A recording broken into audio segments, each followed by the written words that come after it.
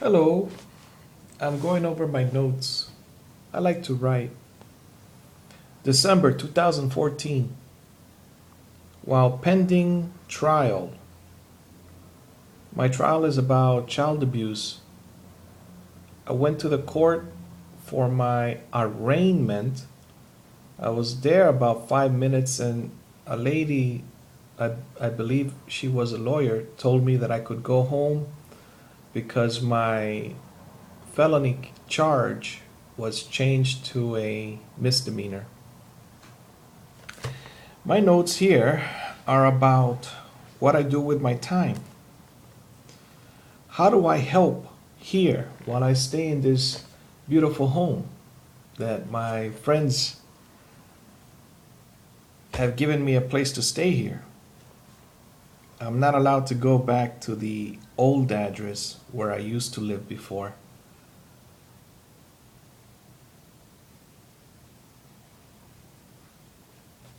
I wouldn't want to go back there anyway.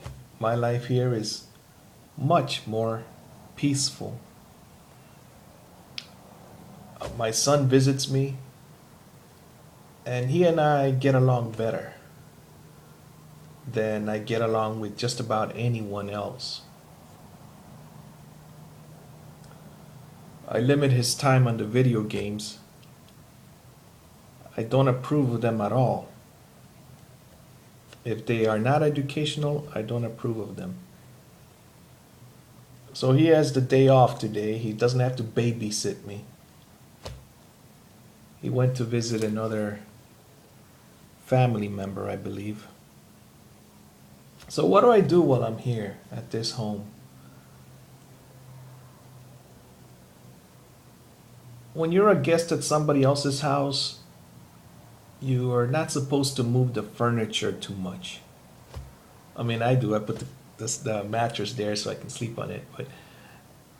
But besides that, you don't really move things very much. Um, if it was my home or my future home, I keep my coat right by the door, my shoes right by the door. Uh, I would have a single one room house with the bathroom, toilet, just like at the jail, where everything was in there except they didn't have a kitchen for us, but I might have a separate kitchen outside, maybe a mile away, so I can motivate myself to walk or exercise, skip and jump as I walk on the sand and go to the kitchen. All right, while I'm here at this home, I wash dishes, but I wash dishes anywhere I go. I mean, that's one of my childhood skills that I developed. It was very encouraged. It was encouraged greatly when I was a child to wash dishes. Things that I do on my own, I read with the children. This is from my own desire to get them to be more intelligent. I read with the children. Sometimes they don't want to read, but even they feel like doing something. In the United States, the children are indoors many hours of the day. And when they want to go to the park with baby brother, it takes 20 minutes walking and then back. Uh, so I read with the children, but I tell them that unless they read with me, then I will not do whatever they want, like let my son play with them, or I will not go to the park with them. I will not play tag with them or things like that. So they usually eventually read with me. Another thing I do here is I keep silent. When you live with people with different personalities, I've been reading books, and they've, several of them have told me that I talk too much. And some younger people, they don't sanitize their speech. For instance, they'll tell you right off the bat that they don't want to hear it. Don't tell me any stories. You know? So I see them as lacking wisdom. Now, I do keep silent most of the day. I just put the iPod on my ear and I listen to it on volume 1. And I listen to the books. I'm reading about Saint Ambrose. There are many books. One thing about him was that he was the governor and he was not baptized when the bishop, I believe, died. So then the country or the place, the city of Milan, was thinking about who to put as a new bishop. And there was a problem. Politics back then were more feverish than now. Some people would say somebody's name, somebody else would say somebody else's name. And a child said, "Let Ambrose be bishop. Ambrose for bishop." And then the crowd said yes. They liked him as governor, so they wanted him as a bishop. Reading his writings or listening to them on audiobooks at LibriVox.org. This person is amazing.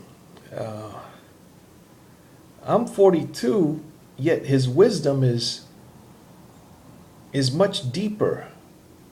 I was thinking maybe he's 50 by the time he gets to be bishop. I don't know. In his story, he got baptized that week so that he could become a bishop. From being a person that was well, in a way he was common. He was not a religious person, even though he was reading books about Christianity. He was not a priest or a pastor, is what I'm getting at. And he was made into a bishop in a week. His wisdom, though, tells me to censor my words and to keep quiet. So I'm figuring out ways in which I can influence other people. Basically, the people that surround me from time to time. In jail, I learned that they have a 2-door system. There's a door behind me, right? If that door opens, just pretend there are 2 doors, right? With what do you call those, bars? Before this door opens here, the other door opens. And then a 2-door system. And then when the guard comes in, he only comes in, and the worst you can do to him is spit on him or try to grab him, but all he does is step back. The bars prevent the guards from being attacked. I like that. That might be something that when I do get to build my house, I might have a 2-door system. Where in the stores, when you go to Honduras, you don't step inside some of these stores, the little ones. They're like on the side of a house in the neighborhood. You just tell them, I want eggs, butter, cheese, milk, and they get those things for you, but they don't pass them to you until you pay for it. It's not like Walmart where you walk down the aisles and all this. None of that. At least not in the neighborhood stores when I was there when I was 23 years old. All right, so I keep silent. I also supervise the children while I'm here. You see, in one moment, everything could go wrong. My son could punch the other boy could hurt my son. I mean, something could go wrong at any instant. For instance, they want to start wrestling. But about 3 years ago, when they met, there was an incident. So basically, the incident 3 years ago or so, 4 years ago, was one of them knew what the word, well, neither one of them probably knew what the word wrestling was. So one punched the other. So in wrestling, there is no punching, by the way, it's grabbing. All right, what else do I do while I'm here? I persuade them to go play outside, and my son helps me to accomplish all these things. He motivates the other children to play tag or something. Soccer.